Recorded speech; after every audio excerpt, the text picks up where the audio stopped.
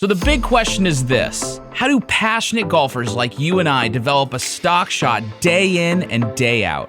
A stock shot that's as reliable as the sun coming up in the morning. That's the question, and this podcast is the answer. Welcome to Stock Shot Secrets. Hey everyone, welcome back to another episode of Stock Shot Secrets. I have one of my favorite people on the planet, Ben Pellicani. My long-lost brother that now is in Tennessee. And Ben is a instructor in Nashville, Tennessee, instructing, and he's also one of our VIP coaches inside the golf room everywhere. Ben, how are we doing today, buddy? Doing great. How are you doing? Good. How's everything in Tennessee? It looks kind of cold. Is it cold down there? I kind of dress like an 80-year-old, so it's 70 degrees out, but I still wear a sweater. Yeah. So Ben and I go way back. Ben was the original academy director. I guess the first junior academy director at Mike Bender's Academy. An old Trackman sales rep, right? Like that. Was that before? That was after Mike, right? No, that was before. Oh, that was before. And I want to get into some of this stuff. And now teaching. And where are you located at here in Nashville? So I teach at West Haven Golf Club. It's a private country club, but we're open to the public from a lesson standpoint, and it's a good little place there. And has a brand new baby.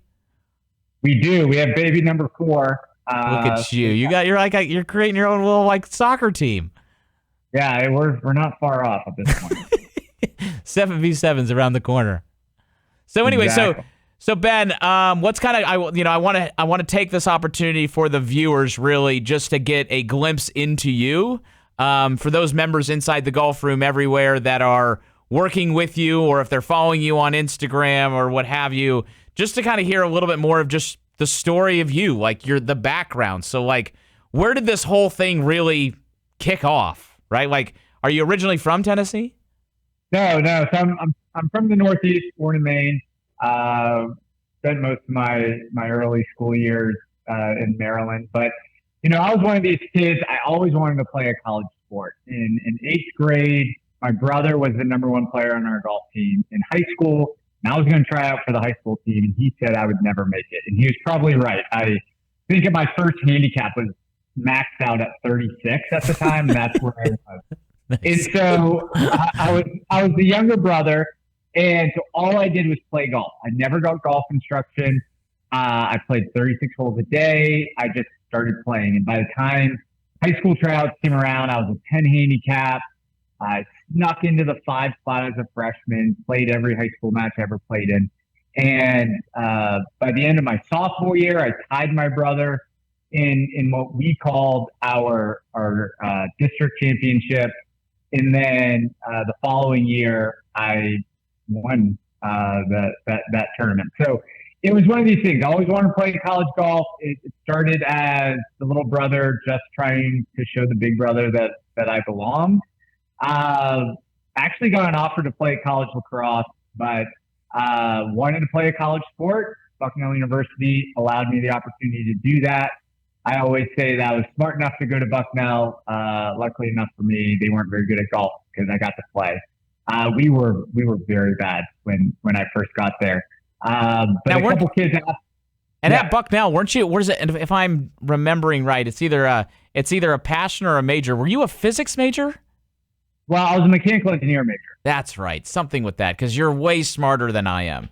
When Ben and I will have talk, he'll be like, "Yes, but the tangent angle of the 47 degrees of this to that means that it should be this." I'm like, "Yes, Ben, whatever you say, sir." Well, as I like to say, I'm kind of a homegrown guy. Most people can't talk math over top of me. But yeah, no. So I was a mechanical engineer major. I played golf. That's kind of what I did. I loved it.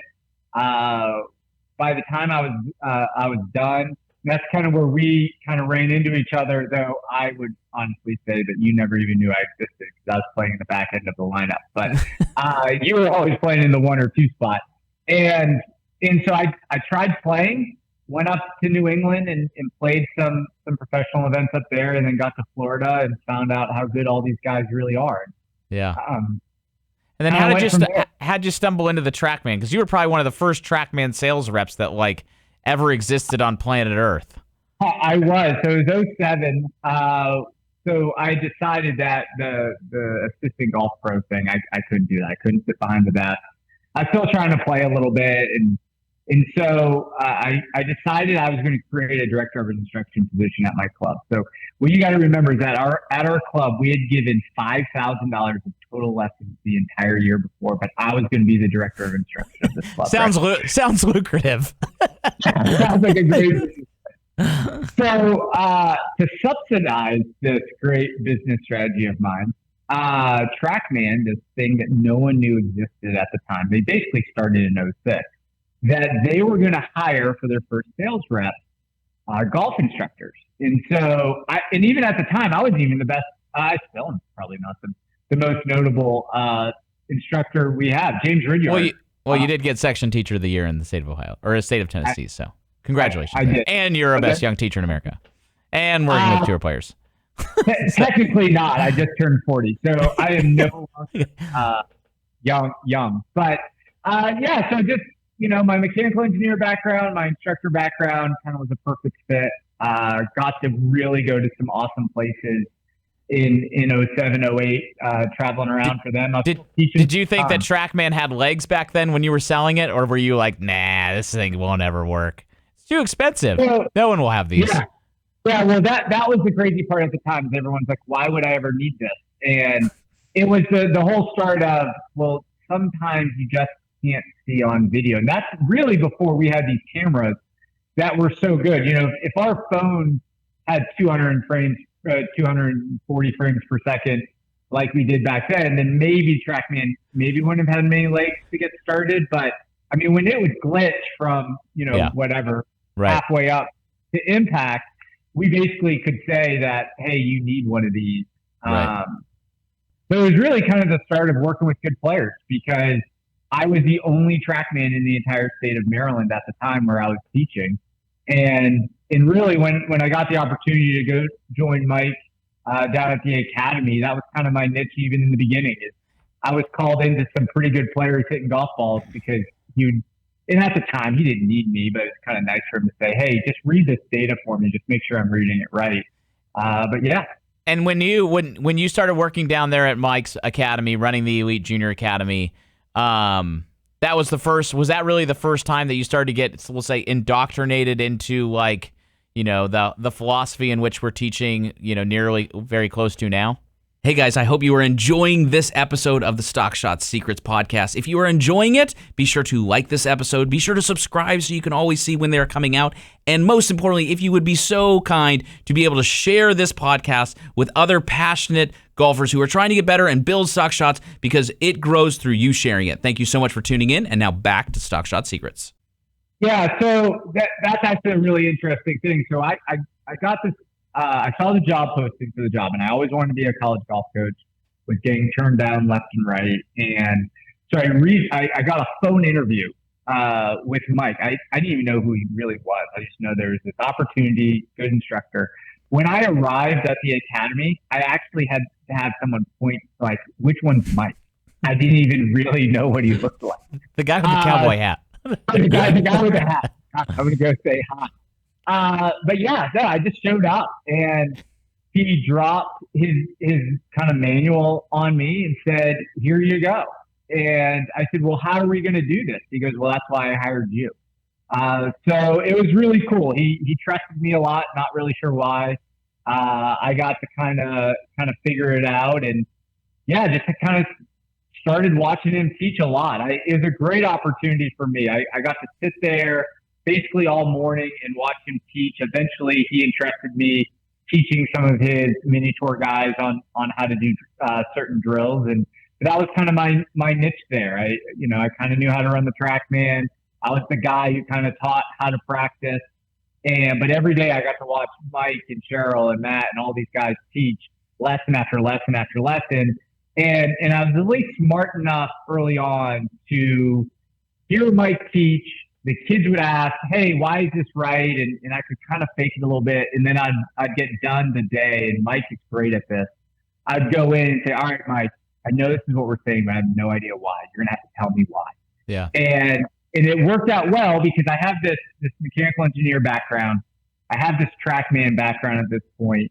One of my good friends in the teaching business still is today is Brian Manzella. And Brian teaches a lot of different ways.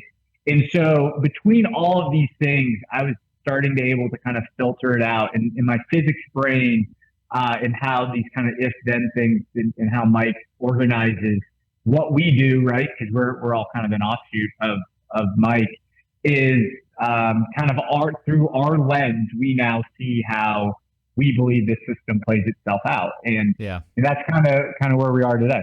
And what do you see? I mean, you're teaching a ton of lessons, like, whether it's now remote at the Golf Room Everywhere, or if it's, with your students right there in Nashville or out on tour. What are you finding? What if you had to pinpoint like the amateur golfer of like, hey, man, these two things, like these one and two things, these are like, if we could fix these, we would reduce the world's handicap by half. Like, what would be those one or two things?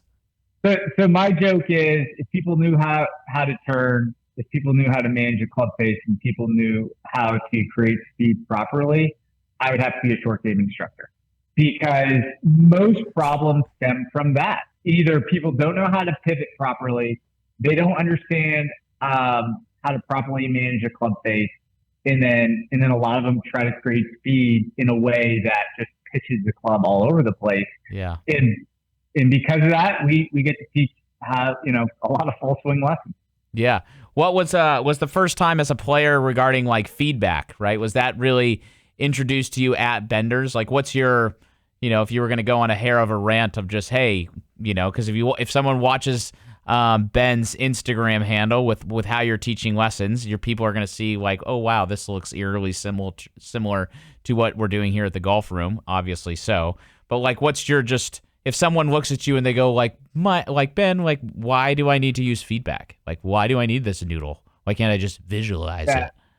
It's that's great. So, I mean, obviously the kind of key and answer, right, is feel is not real, and we all like to say that. But the reality is stations provide players opportunities to learn.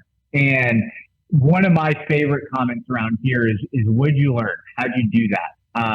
And that's really what we're doing with those feedback stations, is we're trying to help people learn what we would view as proper. And again, proper to us is this idea of how to be efficient and how to leverage physics. I always kind of laugh when people go, yeah, but I'm tall, and I said, physics still applies to tall people, and it applies to short people, and it applies to everybody. And so the laws of physics have never changed. Yep. Those have stayed true. Now, how that player has to apply those, that's going to show itself different. I mean, it's been the same.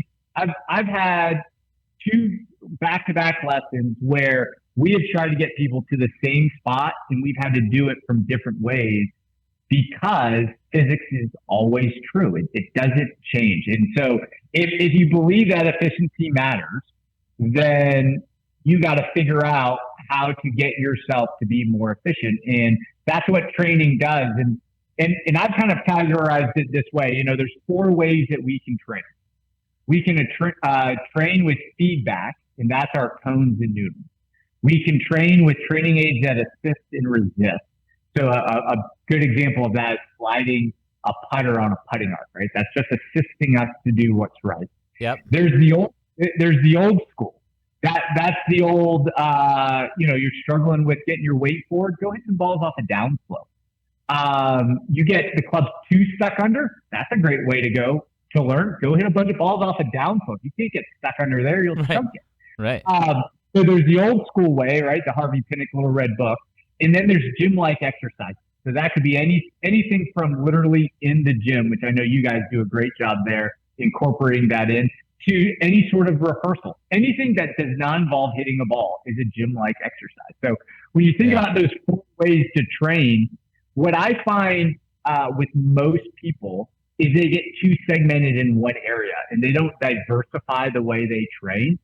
And every time you train in a different way to the same end goal, we start learning new things. And to me, that's the one thing that when I've walked away in kind of, in my 10 years now being away from the academy, that I probably have a better grasp of than I did when I was there, which Yeah. is to give players different ways to do the same thing, but to make sure that we're leveraging all four different ways to train, because too often people just train one way.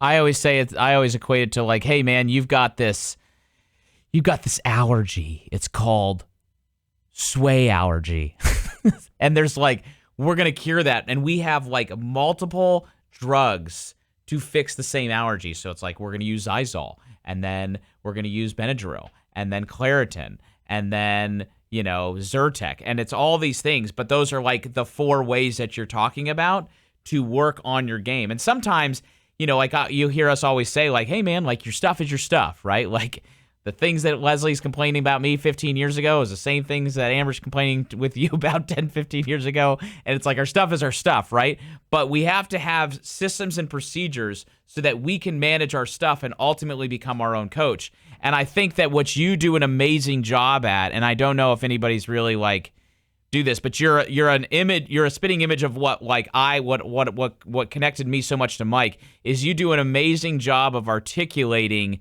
the why behind you should do it, so that the person has a deep and rich understanding as to like, this is truth, right? And you're good at like, I'm not gonna say bantering, but like you're willing to have like the constructive dialogue with a student to say like, okay, like here's your idea, here's my idea, now let's come to a conclusion, who's right? And then the guy leaves and you go, yeah, that I believe that, and then it's like, okay, I'm in for life. Right? Because if we believe physics are physics, it always blows my mind when a guy like on Instagram or wherever, they're like, but I'm tall, so I should have this. It's like, why? It's like physics are physics, man. Like it doesn't, you don't need to do something different. It's just like your arm should still be in the same spot. You know what I mean? So I've just always really, really admired about that and some of the dialogue that you've had with training. Because I mean, Ben, for those that didn't know, like the people that are inside the golf room everywhere, like you're kind of like the godfather of the training, because I entrusted Ben to say, hey, Ben, like, I love you, man. Can you go train and help train these coaches with me of like, what is truth, so that we're all on the same page? So you've always just done an amazing job of that. Well, I appreciate that. And it's actually something, I think that a lot of that started with me as a college coach. When I left Benders and started coaching Division I college golf, kids were coming in through with different coaches and different philosophies. And I had to find a way to communicate the why. And I think this generation, we hear a lot about these junior golfers, and these junior golfers, by the way, are so good. I mean, what is it? 3 weeks, 3 16-year-olds have made cuts. The young lady at your place is unworld good, right? Like these kids are so good, so young. Yep. But and really, if you look at the kids who are really good, it's because they own their why way younger. Yeah. These kids are better educated. They better understand why they're doing what they're doing. And because of that, they're not jumping around a lot. And instead of being excellent at something, they end up being, average at a lot of things. And right. I think you own the why, you end up, really, really kind of, like you said, becoming your own coach. And why wouldn't you do what we do if you believe what we believe? Yeah, I mean, I always kind of make the joke that I'm very confident in saying, and nothing against teachers somewhere else, but like I'm pretty confident in saying the kids that have been in my academy for 3 years or so, they probably would teach a lesson better than 90% of the state of Ohio. Because they understand video, they understand Trackman, they understand D-Plane, they understand the sports box stuff. Like they know, and they can also say like, and here's why I should do that. And whoever it is, they're like, yeah, like that's right.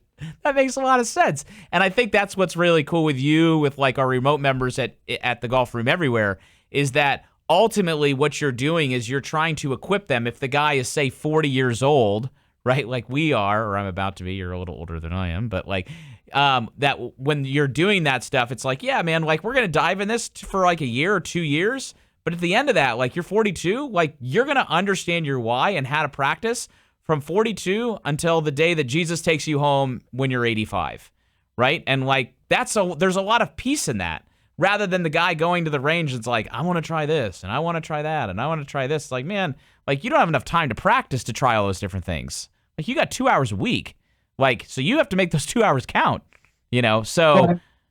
and the funny part is, like, I think I gotta go get ready for a tournament next week. It's the only tournament I play in all year, and I still play in golf tournaments to remember how hard it is. I know you just played in local, but we play in tournaments still, not because I think my game's ready to go play. It's to remember how hard it is that these guys, what it is and what it takes to play tournament golf is something special in people.